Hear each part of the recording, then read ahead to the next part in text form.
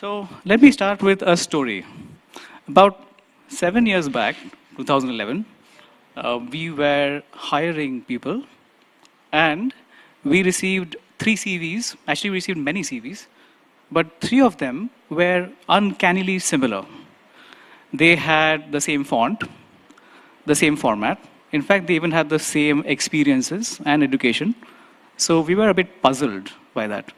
At that point of time, we were an education technology company, and we then realized here's an opportunity for us. So this presentation today is actually about shaking your trust in the CV. It is about making you doubt the CV that's given to you and making you think twice about people that you will hire. Can everybody hear me all right? All right, okay. All right, so before I start with what will hopefully have a lot of stories and anecdotes in it, I want to give some structure to it. I'd say that when you look at a CV, you should consider 5 things about the candidate. 1, did he change his identity? 2, did he forge any certificates? Did he have a fake employment history? Did he plant any referees? Or is he hiding something which is of a criminal nature in his background? And I'll talk about each one of these today. So this is an interesting real photograph of a medical exam happening in the state of Bihar in India. What's happening here is there are a lot of people taking exams, and then there are buddies who are helping them with the exam. So there are a lot of situations where assessments happen and mass hiring happens in India. And you'll have assessment and interview buddies who will literally take your place. So you need to literally find out about the ID of the person coming in. And he might actually have his friend's ID too. So you may actually have to compare his face with the ID that he has with him. All right, so now we're getting a bit more sophisticated.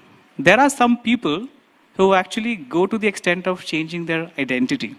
Now this is useful especially if you have something to hide or if you're trying to impersonate somebody who has good credentials. And this is a very tough one again to understand or to figure out. What you would do in this case is again, you try to figure out if his face matches some database where he is trying to impersonate. Imagine he's worked in a company. You would need to have somebody from that previous company look at his face and figure out if he actually worked there or not, for example. Now, there's another interesting issue that you find in India, which is people are able to create lots of types of identities about themselves. For example, it is very easy to actually have more than one PAN card with different names. A PAN card, if you're not aware, is used for filing income taxes in India. And it's one of those easiest forms of IDs that you could really create. So you could have a Dr. Jekyll and a Mr. Hyde, where you would use one of your personalities to really make all the stuff that you really don't want people to know about. And you have the other ID, which you use for your interviews, for example, right? So this is basically the situation that Aadhaar in India is trying to stop. So you could have the Aadhaar ID as a mechanism to find out about this person's identity. So let's talk about education. So this is an anecdote about a candidate who applied for an interview. And after he cleared it, he was asked to give his certificates from his university. And he said, well, the university hasn't yet released the certificates in a physical format, but there's a link. So you could look at the link, and the link is something which he provided himself. So if you look at the link, it actually looks very official, except if you look at the official link, there's a bit of a minor difference. So he's taken the pain to literally change. Why is it changing on its own? I don't think it likes the slide very much.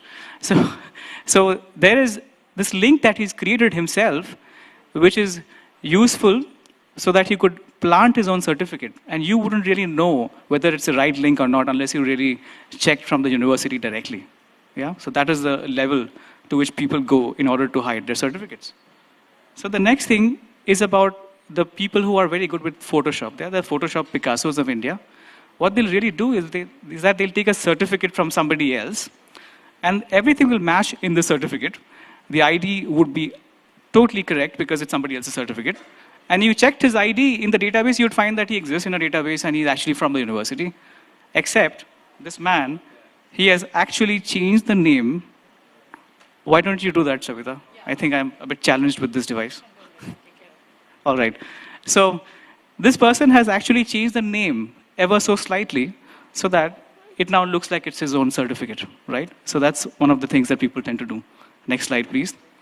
Then there's another one called International Man of Mystery. So what happens in many cases is people tend to or pretend to have gone abroad to study. And these are the things that they believe they'll get away with because after all, it's very difficult to find peers who have also gone to a university abroad. And so they think that they'd get away with it. That's another one. That's a very, very big prevalent form of fraud in India. The next one. So this is industrialized fraud. So there's a place in Hyderabad, Andhra Pradesh, actually Telangana now, where there's a place called Lakri Ka Pool. So I think, Dr. Rao, you're probably aware of that place. So where they are, in the business of creating your employment history from scratch. So you literally say, what kind of job do you want? And they'll create a CV for you.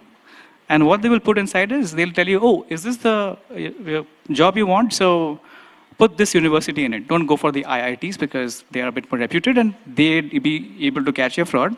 But go for Osmania because that might be harder to catch. They'd also tell you which employment history you could put into your CV. And that's because they have sources in those companies that would corroborate your experience. And they would even go to the extent of planting records in the databases of universities, right? What they really do is that they'd go and they'd change the admin records, or which would state that you've actually been to that university, right? So what they can't really change is the fact that you passed out, because those are the databases which are very hard to change, right? So one has to always look at whether you passed out from the university and what your mark sheets were to be really sure.